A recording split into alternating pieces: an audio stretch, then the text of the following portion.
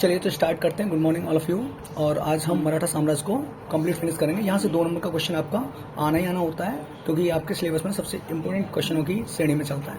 ठीक है, तो स्टार्ट करते हैं। मराठा साम्राज्य, शिवाजी। तो सबसे पहले 1627 से 1680 जन्म पूछता है शिवाजी का, तो आपका 1630 में शिवनेर महाराष्ट्र में हुआ था। यहाँ से इंपॉर्टेंट फैक्ट सुन लीजिए।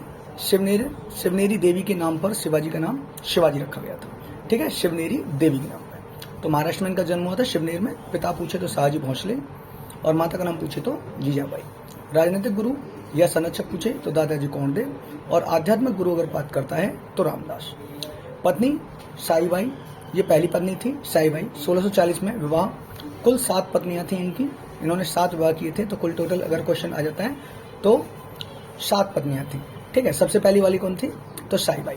प्रारंभिक सैन्य अभियान बीजापुर के आदिल शाह के विरुद्ध उन्होंने स्टार्ट किया था। तो अगर उनका प्रश्न पूछता है कि शिवाजी का प्रथम सैन्य अभियान कौन सा था, तो बीजापुर के आदिल शाह के विरुद्ध। 1664 में सिंहगढ़ का किला जीता। 1654 में पुरंदर का किला जीता। क्लियर है। अफजल खां बीजापुर सूबेदार। अफजल खां कौन था? बीजापुर का सूबेदार था। संघर्ष हुआ 1659 में, और अफजल मारा गया। यहाँ पे इन्होंने अफजल को मार गिराया। शाइस्ता खां को, अब शाइस्ता खां ये मामा था। ठीक है, अफजल का मामा कौन था? शाइस्ता खां को औरंगजेब दिल्ली से भेजता है। ठीक है, ये औरंगजेब का मामा है शाइस्ता खां। तो शाइस्ता खां को औरंगजेब दिल्ली से भेजता है कि शिवाजी को रोके, परंतु 1663 में उसे पराजित होना पड़ता है। यानी कि शाइस्ता खां आता है तो वो भी हार जाता है। सूरत की प्रथम लूट। अब इन्होंने क्या हुआ कि सूरत की प्रथम लूट हुई, जो 1664 में लगभग 1 करोड़ की लूट थी। तो काफी बड़ी लूट थी, और सूरत की लूट आपसे पूछी जा सकती है। ठीक है, तो लगभग 1 करोड़ की लूट 1664 में। फिर पुरंदर की संधि होती है। कब हुई? तो 22 जून 1665। ये क्वेश्चन आपका आता है कि पुरंदर की संधि, तो ये मैचिंग के लिए क्वेश्चन आ सकता है। तो पुरंदर की संधि कब हुई थी? तो 22 जून 1665 में। कछवाहा राजा जयसिंह और शिवाजी की मध्य हुई थी। किस किस की मध्य हुई थी ये? तो कछवाहा राजा जयसिंह और शिवाजी के मध्य हुई थी। इसके तहत शिवाजी द्वारा जीते 35 किलो में से 23 किले मुगलों को देने पड़े, तथा पुत्र संभाजी को मुगलों के यहाँ मनसबदारी पर रखना पड़ा। यानी कि एक तो 35 जो किले जीत रखे थे उसमें से 23 देने पड़े थे, और जो संभाजी थे तो इनके पुत्र थे, शिवाजी के पुत्र जो थे, उनको मुगलों के यहाँ पे क्या रखना हुआ कि मनसबदारी, ये मनसबदारी एक पद होता था, वहाँ पे उनको रखा गया, मुंशी टाइप का। तो 1666 में अंग्रेजों ने इन्हें बंदी बना लिया, परंतु ये अपने जन्मदिन पर मिठाई बांटने के बहाने भाग आए। यानी कि 1666 में शिवाजी को इन्होंने बंदी बना लिया था, लेकिन इनका जन्मदिन था, बर्थडे था, तो इन्होंने मिठाई बांटने के उसमें, और ये वहां से भाग आए थे। ठीक है, और अपने साम्राज्य में वापस आए, और फिर से सूरत को लूटा। फिर 1670 में फिर सूरत को लूट लिया। पहले कब लूटा था? तो 1664 में लूटा था। ठीक है, लगभग 1 करोड़ रुपए।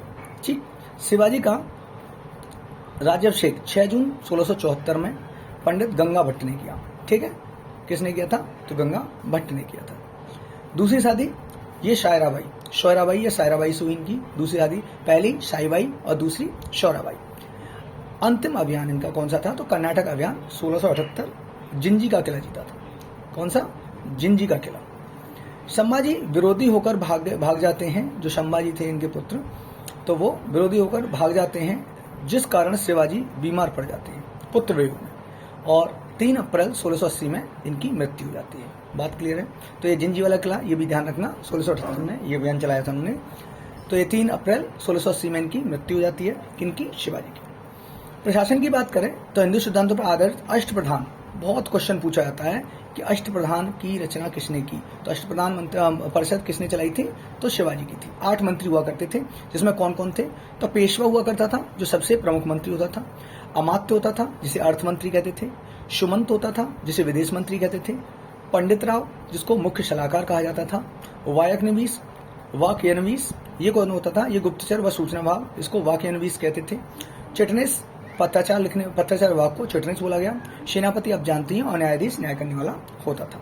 ठीक है, तो ये अष्टप्रधान थी। नेक्स्ट, कर, यहां से क्वेश्चन आता है, आपसे क्वेश्चन बहुत पूछा जाता है। इन्होंने 1/4 समीप के क्षेत्र आक्रमण न करें, यानी कि समीप के क्षेत्रों पर हम आक्रमण नहीं करेंगे, उसके लिए 1/4 इन्होंने चौथ प्रथा चलाई थी, मतलब चौथ कर लेते थे। और सरदेशमुखी, सरदेशमुखी बहुत पूछा जाता है, ये क्या था, तो 1/10 प्रत्यक्ष अधीन क्षेत्रों से, मतलब जो इनके पूर्ण रूप से क्षेत्र अधीन थे उनसे 1/10 सरदेशमुखी लिया जाता था, और 1/4 किन से लिया जाता था कि हम तुम्हारे यहाँ पे राज्य पे आक्रमण नहीं करेंगे, तुम हमें सिर्फ चौथ देते रहो। बात क्लियर है? चलिए तो नेक्स्ट क्वेश्चन, नेक्स्ट स्टार्ट करते हैं।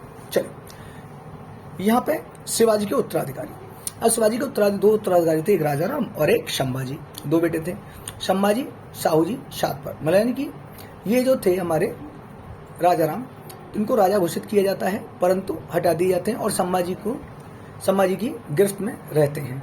ठीक है, राजाराम राजा घोषित परंतु हटा दिए गए और संभाजी की गिरफ्त में रहते हैं, यानी कि ये राजाराम बनाए गए थे, लेकिन क्या हुआ था कि संभाजी ने इनको गिरफ्तार कर लिया। ठीक है, और इनको हटा के खुद बन गए। तो 1680 से 89 तक तो इन्होंने प्रारंभिक राजधानी कहाँ पर बनाई, रायगढ़ में बनाई अपनी प्रारंभिक राजधानी। ठीक है, एक विश्वासी व्यक्ति कवि कलश को सबसे बड़ा अधिकारी बनाया था। तो ध्यान रखना, कवि कलश किसके टाइम पे था, तो संभाजी के टाइम पे। इसको क्या बना दिया गया था, मतलब सबसे बड़ा अधिकारी घोषित किया। औरंगजेब का पुत्र अकबर भागकर आता है जिसे संभाजी शरण देते हैं। परिणाम स्वरूप 1689 में संभाजी और कवि कलश को पकड़कर मृत्युदंड दे दिया जाता है। यानी औरंगजेब का पुत्र था अकबर, ठीक है, तो वो भागकर आता है, तो संभाजी क्या करते हैं, उसको अपने यहाँ पे शरण दे देते हैं। इसी बात से औरंगजेब गुस्सा हो जाता है और इनको कवि कलश को और संभाजी को क्या करता है कि 1689 में मार देता है, यानी कि मृत्युदंड देता है। उसके बाद क्या हुआ, जो राजाराम थे 1689 में राजाराम उत्तराधिकारी बनते हैं और 1700 तक रहते हैं। औरंगजेब की नज़र मराठा साम्राज्य पर थी, इसलिए राजाराम अपनी राजधानी रायगढ़ से सतारा ले जाते हैं। पहले कहाँ पे थी, रायगढ़, अब रायगढ़ से कहाँ ले गए, तो सतारा। तो ये क्वेश्चन भी पूछ लिया जाता है कि रायगढ़ से राजाराम ने अपनी जो राजधानी थी वो क्यों हटा ली थी, तो औरंगजेब की वजह से। राजाराम की मृत्यु के बाद उनकी पत्नी ताराबाई अपने अल्पसंख्यक पुत्र शिवाजी द्वितीय का संरक्षण करती है। ठीक है, शिवाजी द्वितीय का संरक्षण करती है, कौन, ताराबाई। इनकी पत्नी थी ये राजाराम की। 1707 में औरंगजेब की मृत्यु हो जाती है और साहू जी को छोड़ दिया जाता है, मतलब वो साहू जी जो कहाँ पे बंद थे उनको पकड़ ले गए थे।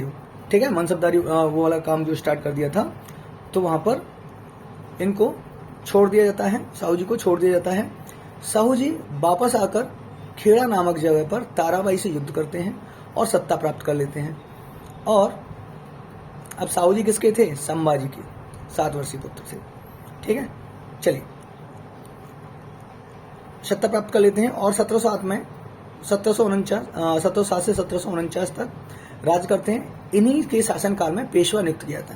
तो आपसे क्वेश्चन आएगा, पेशवा पद कब से बनाया गया, तो किसके टाइम पे बनाया गया था, पेशवा पद आपका किसके, साहू जी के, साहू जी के टाइम पे बनाया गया था। ठीक है, प्रथम पेशवा बालाजी विश्वनाथ और इन्हीं के नाम से पेशवा पद वंशानुगत बन जाता है। तो पहले पेशवा कौन थे, तो बालाजी विश्वनाथ, और इन्हीं के टाइम से पेशवा पद कैसा बन गया, वंशानुगत, यानी कि अब परमानेंट पेशवा रहा करे। धीरे धीरे राजा की शक्ति का कम व पेशवा की शक्ति ज्यादा होने लगती है।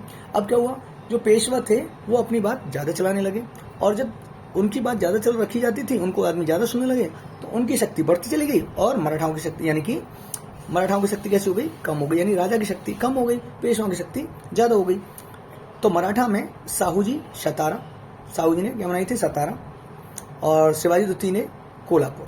शिवाजी द्वितीय कौन से थे, उन्होंने कोल्हापुर में राजधानी बनाई थी। और मराठा की बात करें इसमें साहू जी की, तो सतारा, दोनों ही मराठा थे।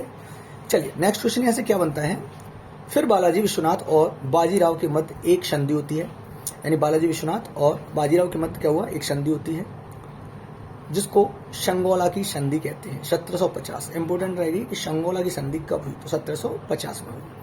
ठीक है, इस संधि में मान लिया गया कि अब वास्तविक शासक कौन है, पेशवा। तो आपसे क्वेश्चन पूछ सकता है कि किस संधि में यह पूर्ण रूप से घोषित हो गया था या मान लिया गया था कि अब वास्तविक संस्थापक कौन होंगे, पेशवा होंगे। ठीक है, न कि राजा। बात क्लियर है? चलिए आगे की बात करते हैं।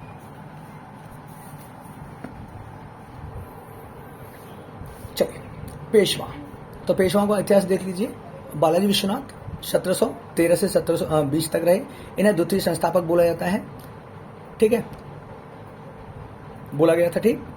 और 1719 में दिल्ली की संधि हुई जिसे मराठाओं का मैग्ना कार्टा कहा गया। 1719 की संधि को क्या बोला जाता है? तो मराठाओं का मैग्ना कार्टा कहा जाता है। बाजीराव प्रथम की बात करें तो 1720 से 40 तक रहे। इन्होंने निजाम, गुजरात, मालवा, पुर्तगाल आदि से संघर्ष करके साम्राज्य विस्तार किया। बुंदेलखंड के राजा छत्रसाल को के सहयोग देने जाते हैं। वहीं मस्तानी से मुलाकात होती है, तो तभी से वो बाजीराव मस्तानी मूवी आई है, यही मस्तानी से मुलाकात होती है जो एक नृत्यांगना थी। तो क्वेश्चन पूछा जाए मस्तानी कौन थी, तो एक नृत्यांगना थी। और 1740 में इनकी मृत्यु हो जाती है। इनके पुत्र को पेशवा बनाया गया, तो बालाजी बाजीराव। दूसरे कौन? बालाजी बाजीराव, 1740 से 1761। नाना साहब के नाम से इनको जाना गया। इनको क्या कहते हैं? बालाजी बाजीराव को नाना साहब। ठीक है। सर्वाधिक साम्राज्य विस्तार इन्हीं ने किया। अहमद शाह अब्दाली 1761 में वापस आया और पानीपत के तीसरे युद्ध में मराठा हार गए। अहमद शाह अब्दाली साहब कौन सा, जो हमारा पानीपत का तृतीय युद्ध हुआ था 1761 में, तो एक साइड में कौन थे? एक साइड में यही थे मराठा वगैरह, और दूसरी साइड में कौन था? अहमद शाह अब्दाली था। ठीक, तो वहाँ पे अहमद शाह अब्दाली जीत गया और पानीपत के तीसरे में मराठा हार गए। इसी पराजय के कारण दुख में डूबकर बालाजी बाजीराव की मृत्यु हो गई। ठीक। माधवराव 1761 से 72 तक रहते हैं। हैदर अली को भी चौथ देने पर विवश कर दिया था। तो माधवराव काफ़ी प्रतापियों में से हुए थे, यानी काफ़ी तेज तर्रार और लड़ाकू थे। इन्होंने क्या किया? हैदर अली को भी, जो मैसूर का शासक था हैदर अली, तो उससे भी चौथ वसूल कर ली थी। 1772 में शाह आलम द्वितीय की मराठाओं के साथ संरक्षण में आया। शाह आलम द्वितीय भी मराठाओं के संरक्षण में आता है। बाजीराव सेकंड, ये 1818 में आए। अंतिम मराठा पेशवा यही थे। तो अगर पूछता है अंतिम मराठा पेशवा कौन थे, तो बाजीराव द्वितीय। ठीक है। अब यहाँ से देखो अंग्रेज मराठा संधि कौन कौन सी संधि हुई थी, यहाँ से क्वेश्चन बन सकता है, तो उसको देख लें। प्रथम आंग्ल मराठा युद्ध तो 1775 से 82 में हुआ। ठीक है। इसके तहत, और अगर बात करें इसके तहत संधि कौन कौन सी हुई थी, तो सूरत की संधि 1775 में हुई, पुरंदर की संधि 1776 में हुई, और एक संधि हुई थी सालबाई की संधि, ये 1782 में हुई थी। तीनों ही संधियां इंपोर्टेंट हैं, डेट याद रखना। सूरत की संधि 1775, पुरंदर की संधि 1776 और सालबाई की संधि 1782। फिर द्वितीय आंग्ल युद्ध होता है, मराठा युद्ध होता है, ये 1803 से 5 तक चलता है। इसके तहत कौन कौन सी संधियां हुई, तो वशीन की संधि हुई और देवगांव की संधि। वशीन की संधि 1802 में हुई, ठीक है, और देवगांव की संधि 1803 में हुई। बात क्लियर है। नेक्स्ट तृतीय जो आंग्ल मराठा युद्ध हुआ वो 1770 से 1718 में चला, और इसके तहत कौन कौन सी संधि हुई थी, तो इसके तहत हुई थी नागपुर 1816 और ग्वालियर संधि 1817, पूना संधि 1817 और मंदसौर की 1818। ये 1, 2, 3, 4, 5 ये सारी की सारी आपकी इंपोर्टेंट है, आपको याद होनी चाहिए। ठीक है। भोंसले वंश ये नागपुर से संबंधित है। गायकवाड़ वंश बड़ौदा गुजरात से संबंधित है। होलकर वंश की बात करें तो इंदौर से, और सिंधिया वंश की बात करें तो उज्जैन ग्वालियर से संबंधित है। बात क्लियर है। तो ये मराठाओं का इतिहास कंप्लीट हो चुका है, हमने मराठा कंप्लीट कर लिए हैं। अब नेक्स्ट बात करते हैं, हम नेक्स्ट क्वेश्चन की बात करते हैं। तो नेक्स्ट हमारा आता है भू राजस्व व्यवस्था। बेटा यहाँ से क्वेश्चन नोट कर लीजिए, आएगा एक क्वेश्चन छपेगा। व्यवस्थाएं पूछी जाती हैं, मालवाड़ी, ठीक है, स्थायी बंदोबस्त, इजारेदारी, ये सारी व्यवस्थाएं आपकी पूछी जाती हैं। तो स्टार्ट करते हैं भू राजस्व व्यवस्था। तो भू राजस्व व्यवस्था ब्रिटिश काल की है। इजारेदारी या पंचशाला बंदोबस्त किसको कहते हैं, तो इजारेदारी या पंचशाला बंदोबस्त किसे कहते हैं। सबसे पहले पूछेगा स्थापना, तो वारेन हेस्टिंग ने की थी। किसकी? इजारेदारी की या पंचशाला व्यवस्था की। तो वारेन हेस्टिंग, क्षेत्र बंगाल और बिहार में स्टार्ट हुआ ये। इजारेदार जमींदार या ठेकेदार को कहते थे। इजारेदार होता कौन था, तो जमींदार या ठेकेदार होता था।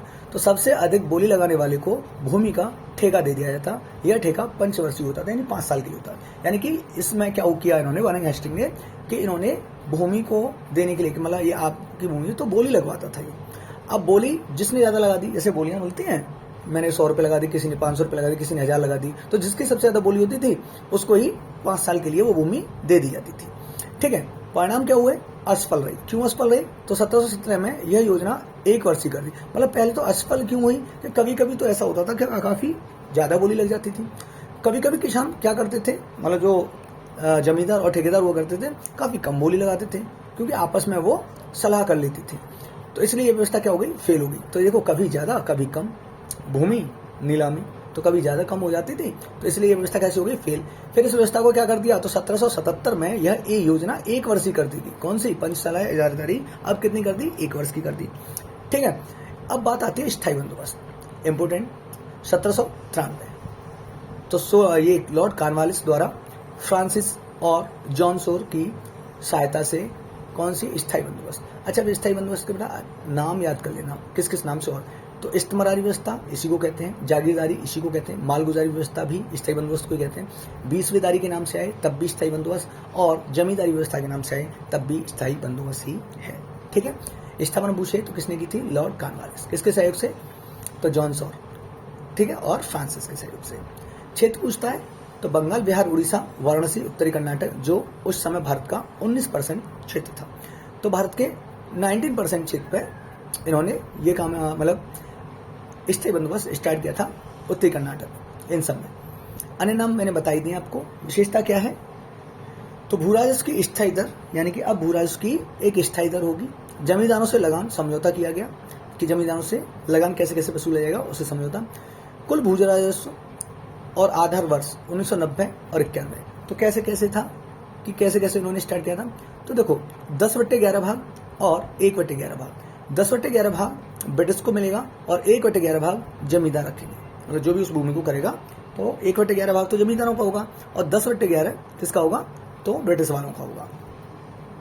चलिए, जमींदार रखेंगे। अब इसमें क्या था? जमींदार, तो जमींदार कौन? किसान नहीं, मालिक को जमींदार बोला जाता था। किसान नहीं होते थे, कौन होते थे? अब यहाँ पे जमींदारी व्यवस्था, यानी कि एक जमींदार होता था और उसको जमीन दे दी जाती थी कि आप इस जमीन को करेंगे। ठीक है, अब यहाँ पे क्या होता था कि मतलब 5 हेक्टेयर पे 100 रुपये लगान था। 5 हेक्टेयर पे कितना लगान था? 100 रुपये लगान था। ठीक है, मतलब 5 हेक्टेयर भूमि पे 100 रुपये लगान। 16 जून की सुबह को 100 रुपये, 16 की जून को कोई इंसान है, कोई मतलब जिसने 100 रुपये लगान दे देगा और यह 100 रुपये ईस्ट इंडिया कंपनी को जमा करा देगा। ठीक है, परंतु अगर शाम तक ये लगान नहीं जमा होता था तो जमींदारी छीन ली जाती थी। मतलब जो जमींदार होता था उससे ये कहा जाता था कि आप सुबह 100 रुपये लगान देंगे और यह 100 रुपये किसको जाने हैं? ईस्ट इंडिया कंपनी को। परंतु अगर शाम तक ये लगान नहीं पहुंचा तो होता क्या था? तो आपकी जमींदारी छीन ली जाएगी और उसकी ज़मीन छीन ली जाता था, मतलब उसकी ज़मीन छीन ली जाती थी। इसी को सूर्यास्त कानून कहते थे। तो बेटा ये सूर्यास्त कानून इंपॉर्टेंट रहेगा आपके लिए। तो सूर्यास्त कानून क्या था कि सुबह को 100 रुपये देने होते थे, अगर शाम तक को वो ईस्ट इंडिया कंपनी के खाते में नहीं पहुंचते थे तो आपसे जमींदारी छीन ली जाती थी, आपकी ज़मीन छीन ली जाती थी। ठीक है, इसी को क्या बोलते थे? सूर्यास्त कानून था। पहले जमींदार गाँव का होता था, परंतु अब जमीन बड़े जमींदार को दी जाती थी। मतलब पहले जो होता था वो क्या था? गांव में से ही देखा जाता था, नीलामी होती थी, गांव में ही देखा जाता था। लेकिन अब क्या है कि जो सबसे बड़ा जमींदार, जैसे अब यहाँ पे अंबानी टाइप कि अंबानी ने जमीन को ले लिया, या मतलब अंबानी नहीं, वो अपने गाँव का ही कोई मान लेते हैं, जो सबसे बड़ा होता था, सबसे ज़्यादा जिसके पास पैसा है उसको जमीन दी जाती। तो उस गाँव का क्षेत्र जो उस गाँव या क्षेत्र का नहीं होता था, ठीक है, इसी को अनुपस्थित जमींदारी व्यवस्था कहा गया। तो बेटा यही अनुपस्थित जमींदारी व्यवस्था, जैसे अंबानी जमीन ले ली यहाँ पे, अब अंबानी ने आलू खरीद लिए, आलूओं के चिप्स वो बना रहा है, लेकिन काम किससे करा रहा है? हम ही में से किसी को एक ठेकेदार बना दिया, फिर उस ठेकेदार ने और कोई आदमी बना दिया। तो यानी कि मेन आदमी, मेन बॉडी अनुपस्थित है, वो प्रेजेंट नहीं है, लेकिन मुनाफा उसी को जा रहा है। तो इसको क्या बोलते थे? अनुपस्थित जमींदारी बोला गया। यहाँ तक की बातें क्लियर हैं, यहाँ तक की बातें समझ में आ चुकी हैं। चलिए आगे की बात करते हैं। ये काफ़ी इंपॉर्टेंट फैक्ट है, ध्यान रखना, क्वेश्चन यहाँ से बनते ही बनते हैं। नेक्स्ट है रैयत वाली व्यवस्था। तो रैयत किसे कहा गया है? किसान को कहा गया है। रैयत किसे कहा गया है? तो किसान को कहा गया है, और उपज का आधा हिस्सा। ठीक है, इसमें क्या था? उपज का आधा हिस्सा सरकार को देना पड़ता था। संस्थापक, तो संस्थापक अलेक्जेंडर रीड 1792, 12 महल क्षेत्र में इन्होंने स्टार्ट की थी। कहाँ पे? 12 महल क्षेत्र। दूसरी बात करें तो टॉमस मुनरो मद्रास के क्षेत्र में स्टार्ट की थी, और रैयतवाड़ी व्यवस्था को टॉमस मुनरो के नाम से ही ज़्यादा पूछा जाता है। एक थे एल्फिस्टन, इन्होंने बॉम्बे में स्टार्ट की थी। बात क्लियर है? तो टॉमस मुनरो को ध्यान रखना, और अलेक्जेंडर रीड ने कहाँ पे? तो 12 महल में। चलिए क्षेत्र पूछे तो मद्रास, मुंबई, असम, पश्चिम बंगाल, पूर्वी बंगाल, ब्रिटिश भारत के कुल क्षेत्र के 51% पर, यानी ब्रिटिश भारत के, यहाँ पे ब्रिटिशों ने अपना स्थापत्य जमा रखा था, तो उसके कुल 51% क्षेत्र पे ये व्यवस्था लागू की गई। अब इसकी विशेषता क्या है? इसमें मालिक कौन होता था? किसान होता था। अब इसमें मालिकाना किसको मिल गया? किसान, क्योंकि रैयत का नाम ही क्या है? किसान। चलिए सर्वाधिक क्षेत्र पर लागू हुई थी यही व्यवस्था। मालवाड़ी व्यवस्था को बात करें तो ये 1822 में आई। कुल भूभाग के कितना 95%, कुल भूभाग का 95% इसमें था। हॉल्ट मैकेंजी ने द्वारा, तो माँ से माँ मिला लेना, मालवाड़ी हॉल्ट मैकेंजी। 1819 में दी द्वारा मार्टिन बर्ड, ठीक है, तो हॉल्ट मैकेंजी थे और मार्टिन बर्ड दोनों ने 1819 में ये व्यवस्था लागू करवाई थी। क्षेत्र पूछे तो उत्तर प्रदेश, मध्य प्रांत और पंजाब 30%, 30% हिस्से पे। महाल का नाम क्या होता था, तो महाल ग्राम को कहते थे, रैयत किसान को कहते थे। बात क्लियर है, तो महाल किसको, ग्राम को। तो अब इसमें जमीन का मुखिया गांव माना गया, यहाँ पे रैयत में किसान माना गया, जमींदारी में जमींदार को बनाया गया था, ठीक है, और महालवाड़ी में महाल यानी कि गांव को जमींदार मुखिया माना गया। और अब कंपनी गांव से सीधे लगान वसूल करती थी। तो अब ये नहीं है कि जमींदार से ले, अब से पूरे का पूरे गांव से वसूल किया जाएगा। गांव वालों को एक साथ, मतलब कोई अपना मुखिया बनाओ और वो मुखिया पूरा, यानी पूरा गांव अब क्या देगा, तो कर देगा। ब्रिटिश उपनिवेश के चरण की बात करें तो प्रथम चरण 1757 से 1813 चार्टर एक्ट। द्वैत शासन 1765 से 1772 क्लाइव ने शुरू किया और हेस्टिंग ने, वारेन हेस्टिंग ने खत्म किया था। बताया था मैंने कि रॉबर्ट क्लाइव ने मतलब अपने पास क्या रख लिए थे, अपने पास मतलब कर्तव्य दे दिए थे इधर और अधिकार अपने पास रख लिए थे, उसी को द्वैत शासन बोला गया था। धन लूट का काल माना जाता है इसको, 1813 इसको चार्टर एक्ट को, ठीक है। द्वितीय चरण 1813 से 1858 भारतीय सत्ता को ब्रिटिश क्राउन को सौंप दिया जाता है। 1858 डेट बहुत इंपॉर्टेंट है, यहाँ पर भारतीय सत्ता किसके अधीन पहुंच गई, क्राउन के अधीन पहुंच गई। औद्योगिक पूंजीवाद, ब्रिटेन में औद्योगिकरण हो गया था, फिर वहां से सामान भारत में बेचा जाने लगा, यानी कि ब्रिटेन में अब क्या हुआ, औद्योगिकरण, वहां पे जो सामान बनता था उसको वो लोग कहाँ पे बेचते थे, भारत में बेचते थे और उल्टे सीधे दाम पे बेचते थे, यानी ज्यादा उसमें। मुक्त व्यापार, तो चाय और चीनी, तो चीन को मुक्त व्यापार की इजाजत थी, चाय और चीनी।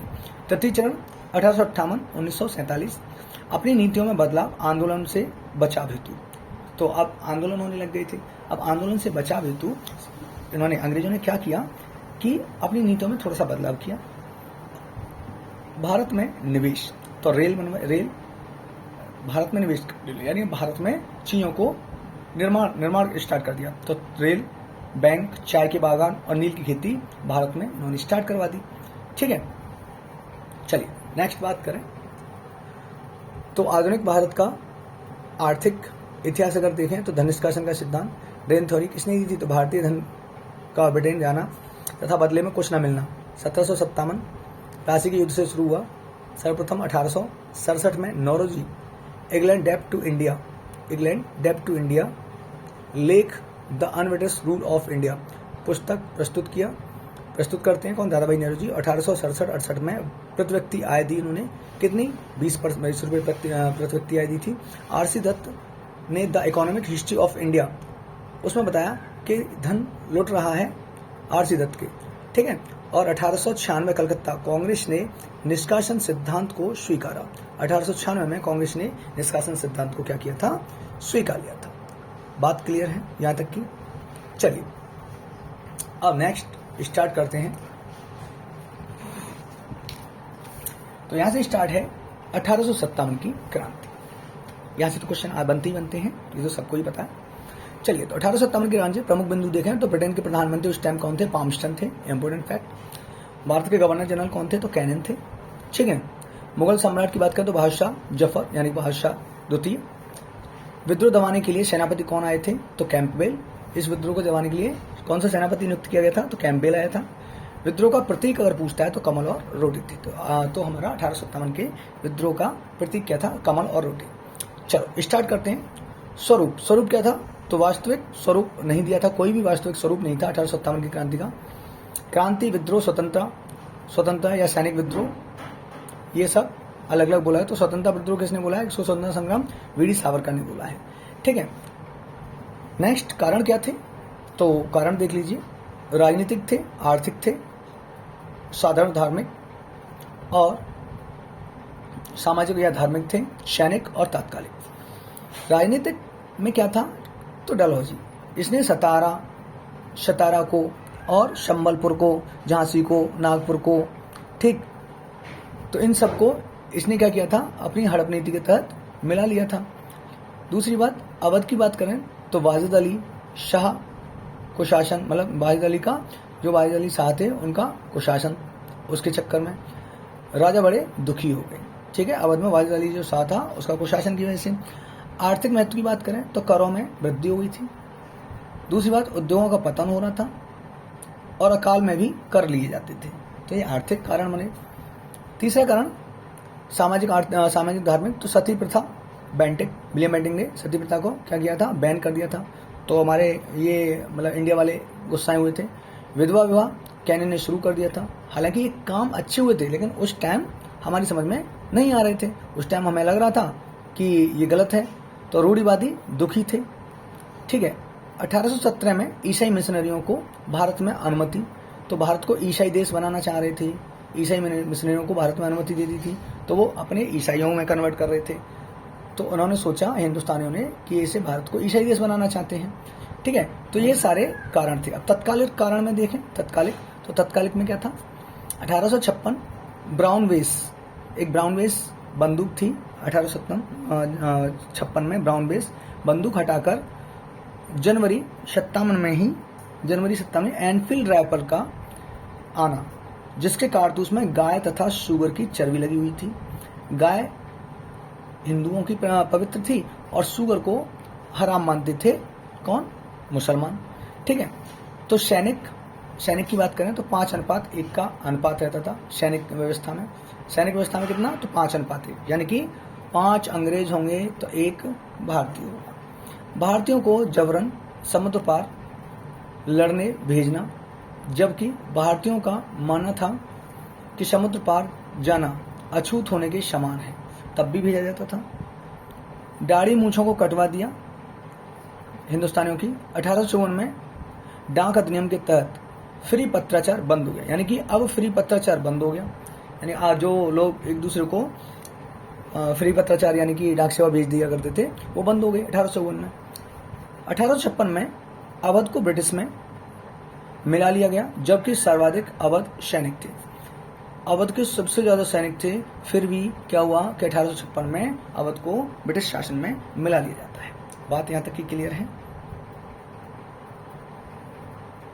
तो अवध को ब्रिटिश शासन में मिला लिया जाता है।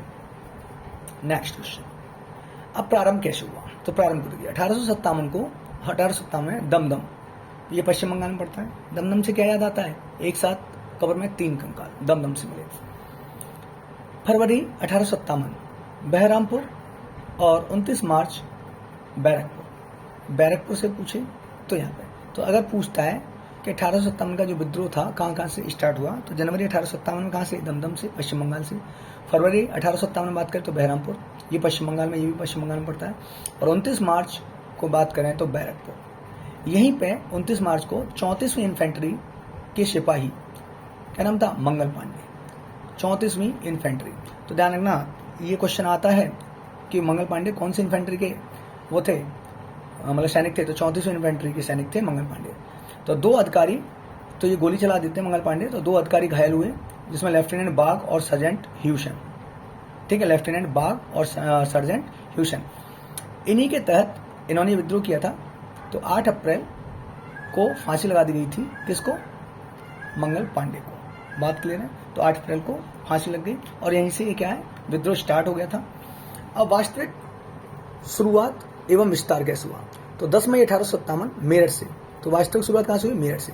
सिपाहियों ने अपने शस्त्रागार लूट लिए और भारतीय सिपाहियों को छुड़वाकर, तो सिपाहियों ने क्या किया? शस्त्रागारों को लूट लिया और भारतीय सिपाहियों को छुड़वाकर उन्हें दिल्ली ले गए। तो सबको कहाँ ले पहुंचे? दिल्ली। 11 मई को दिल्ली पहुंचे। 12 मई को दिल्ली पर अधिकार और मुगल बादशाह बहादुर शाह जफर को अपना नेता बना देते हैं। यानी कि अब सैनिकों ने क्या किया, सिपाहियों ने, कि जो बंद पड़े थे, पहले शस्त्रागार लूटते हैं। 10 मई 1857 मेरठ का शस्त्रागार लूट लिया और अपने जितने भी भारतीय सिपाही थे उनको सबको छुड़वा दिया और सबको लेकर दिल्ली पहुंच गए। वहां पे 11 मई को दिल्ली पहुंचते हैं और 12 मई को दिल्ली में बहादुर शाह जफर जो थे उनको अपना नेता चुन लेते हैं। परंतु वास्तविक नेतृत्व बख्त खां सेनापति ने किया। लेकिन अब पूछे वास्तविक नेतृत्व किसने किया? तो बख्त खां ने। ठीक है, अंग्रेजों ने 1857 के अंत तक ही पुनः दिल्ली कब्जे में ले ली, परंतु यह विद्रोह तब तक भारत के प्रमुख क्षेत्रों में फैल चुका था। यानी कि अंग्रेजों ने इसको दबा लिया और दिल्ली को दोबारा से अपने हैंड ओवर कर लिया। बट क्या हुआ कि ये विद्रोह तब तक भारत के बहुत सारे क्षेत्रों में फैल चुका था। जितने भी प्रमुख क्षेत्र जैसे दिल्ली था, मेरठ था, बंगाल था, बैरकपुर, ये सब हमारा सब में फैल गया था। ठीक, अब बात करते हैं कि क्षेत्र शासक विद्रोह, दमन किसने किया, ठीक है, और क्या चीजें हुई। तो पहला, दिल्ली की बात करें तो यहाँ पे शासक कौन था? जफर, बहादुर शाह जफर। यहाँ पे किस अंग्रेज ने इसको दमन किया, मतलब इसको आंदोलन को दमन किया? तो हडसन या निकोलसन, ठीक है, हडसन या निकोलसन। बात क्लियर है? तो हडसन इसने यहाँ पे दमन किया था।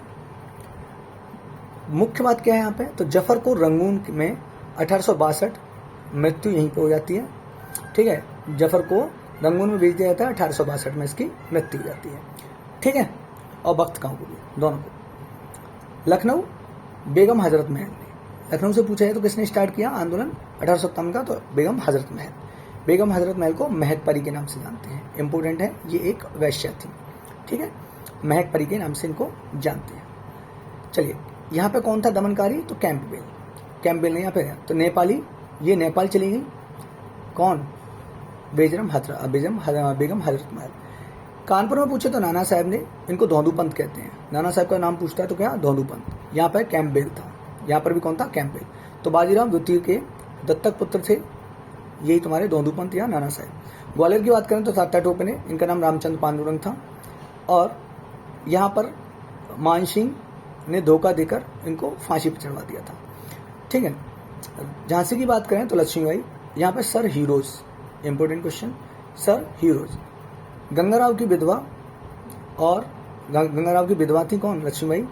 पुत्र दामोदर था इनका, दामोदर राव को उत्तराधिकारी बनाना चाहती थी, लेकिन उसी के चक्कर में यहाँ पे क्या चल रही थी? हड़प नीति वगैरह, और वहाँ पे इसको तो दमन किसने किया था उस टाइम? कौन था? सर हीरोज था।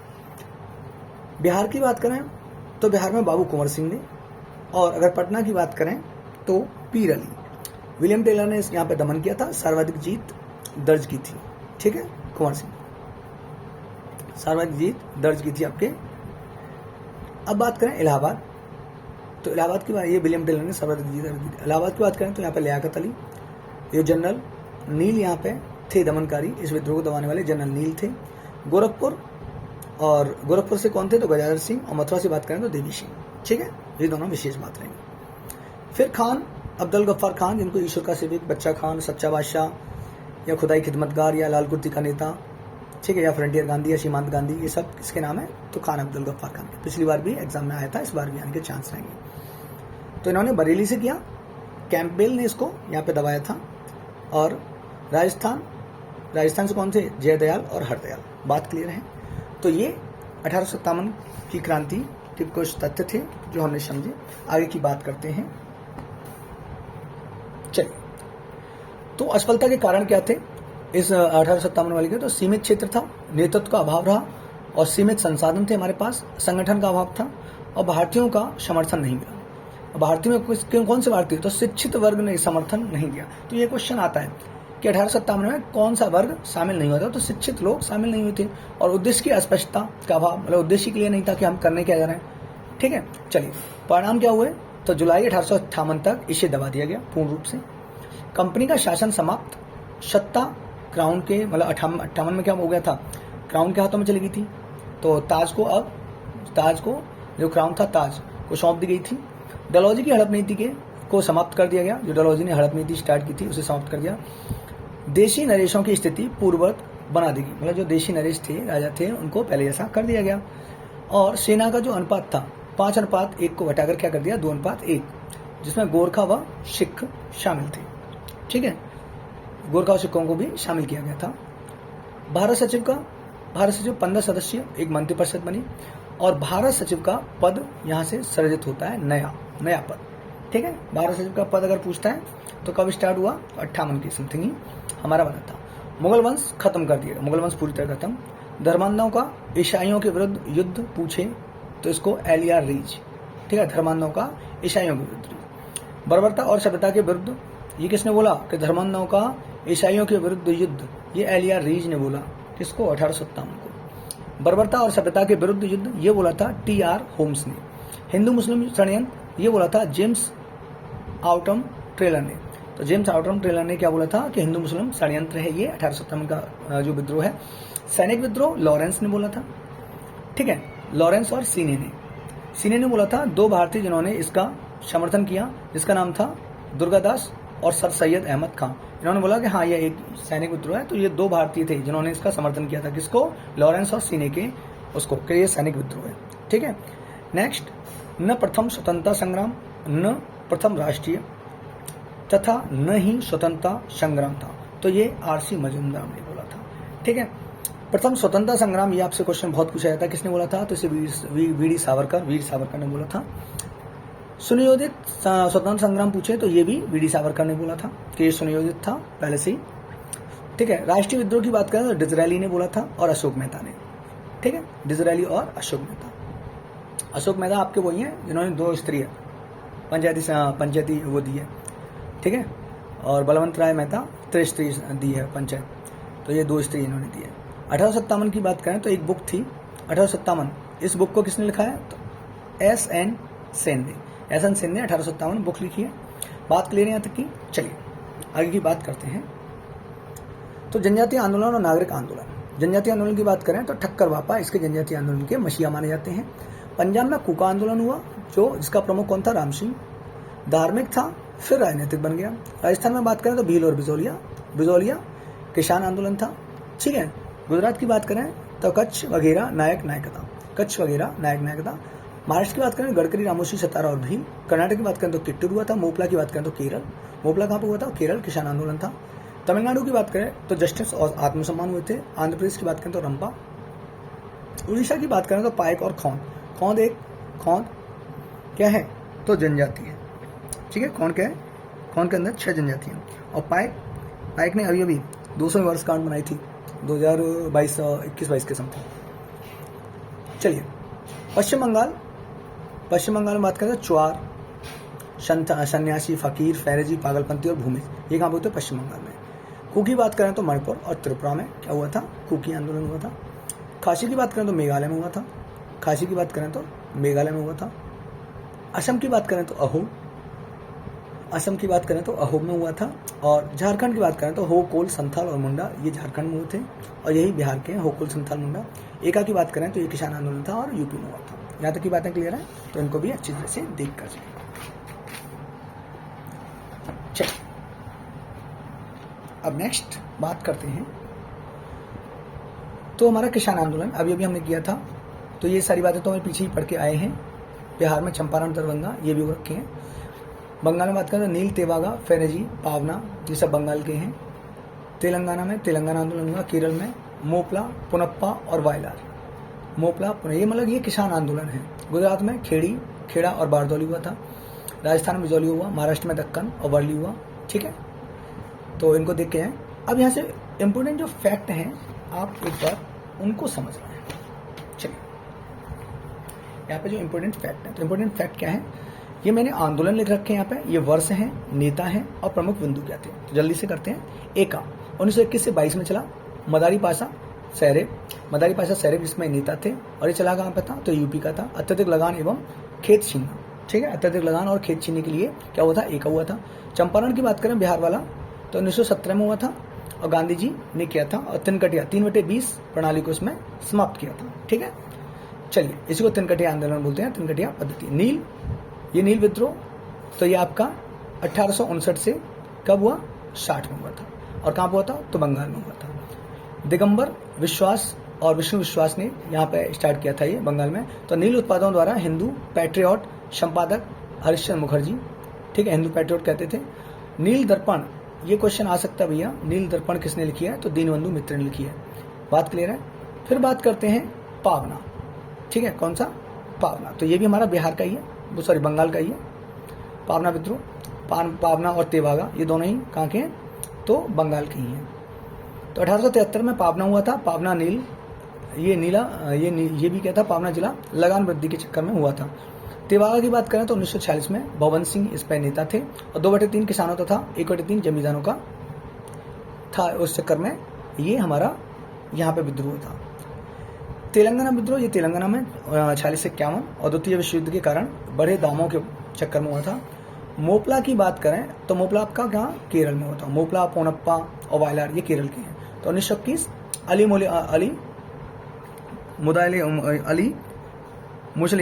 मुदालियार है वैसे इसका नाम पूरा, तो अली मुसलियार या मुदालियार, तो मुसलमानों किसानों द्वारा हिंदू जमींदारों के विरोध में ये हुआ था।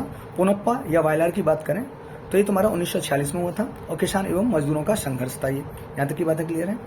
दक्कन वैली की बात करें तो दक्कन वैली कहाँ पे हुआ था हमारा, दक्कन वैली, तो ये तुम्हारा जो दक्कन वैली जो आपका मैंने पीछे की वाली वीडियो में आपको बता रखा है कि दक्कन वैली और ये सब कहाँ कहते हैं, तो वैली पेंटिंग से याद कर लो। वैली का मतलब महाराष्ट्र, वैली पेंटिंग महाराष्ट्र से संबंधित है, तो दक्कन वैली महाराष्ट्र के हैं। तो पुणे अहमदाबाद में साहूकारों के विरोध में हुआ था। खेड़ा और बारदौली की बात करें, खेड़ा और बारदौली की बात करें तो गुजरात में हुआ था 1918 और 1928। वल्लभ भाई पटेल यहाँ पे थे, ठीक है, वल्लभ भाई पटेल के उसमें होता। बारदौली आंदोलन आपको पता है, बारदौली महिलाओं ने वल्लभ सरदार की उपाधि दी थी को। तो फसल नष्ट के बावजूद लगान लेने की बात चल रही थी, तो ये खेड़ा आंदोलन हुआ था और लगान की वृद्धि। बिजौलिया, तो भील और बिजौलिया मैंने बताए थे आपके कहाँ पे हुए थे, राजस्थान में। ये लगान वृद्धि में 1913 में हुए थे। यहाँ तक की बात क्लियर है।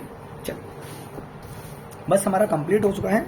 आप लोग अब यहाँ से सिर्फ एक बस लास्ट पेज बचा है, इसको भी जल्दी से फिनिश कर देते हैं। चलिए, तो भारतीय राष्ट्रीय कांग्रेस की बात करते हैं। संस्थापक पूछे तो एलन ऑक्टेवियो ह्यूम।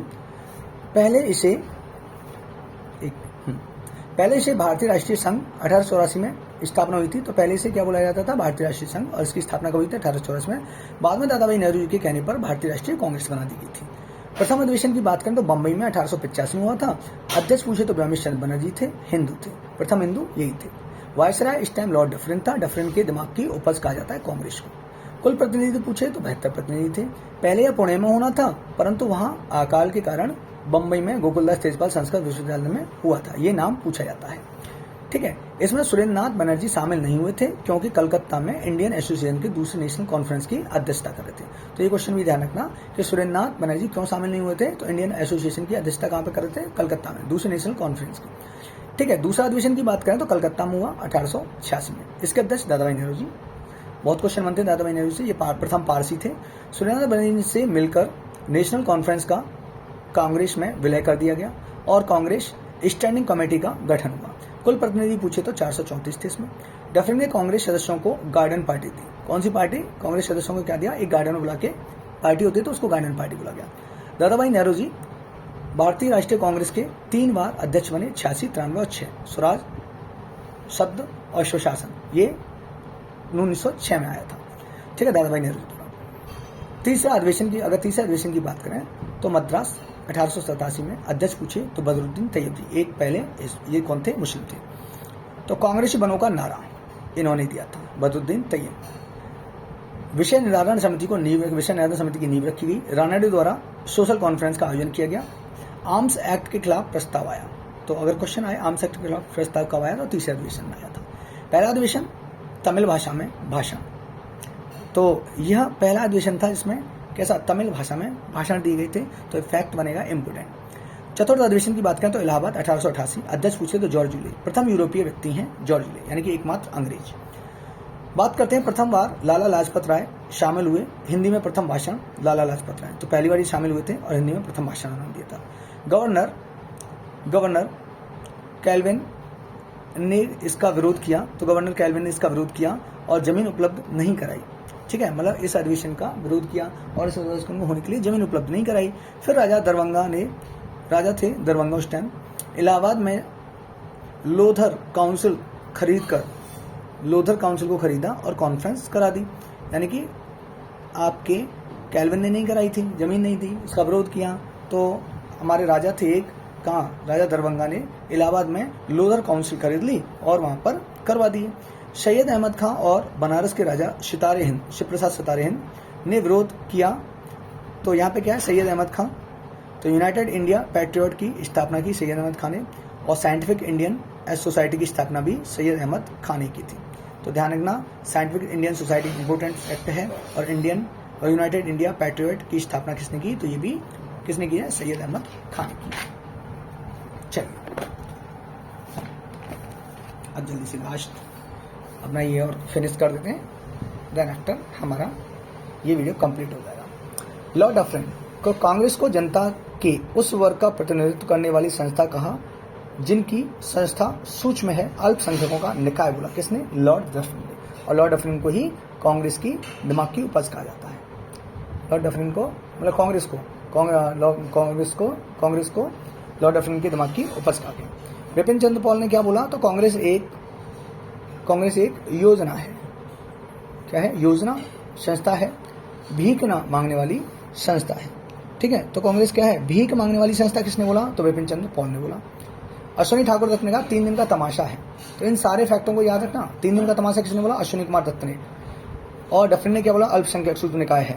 विपिन चंद्र पॉल ने क्या बोला? भीख मांगने वाली संस्था है। 5वां अधिवेशन ये बम्बई 1889 में हुआ। अध्यक्ष पूछे तो विलियम बेडनबर्ग। इसमें 21 वर्षीय मताधिकार पारित हुआ। तो 21 वर्षीय मताधिकार 5वें अधिवेशन में पारित हुआ। कांग्रेस ने लंदन में अपनी एक संस्था ब्रिटेन इंडिया कमेटी का गठन किया। मुख्य पत्र, यहाँ से एक पत्र स्टार्ट हुआ, इंडिया, जिसके संपादक कौन थे? विलियम डिग्गी। तो ध्यान रखना, इंडिया के मुख्य संपादक कौन थे? तो विलियम। मुख्य पत्र के जो इंडिया था उसके कौन थे? तो विलियम डिग्गी। 6वां अधिवेशन कलकत्ता में 1890 में अध्यक्षता पूछे तो फिरोज शाह मेहता ने की थी।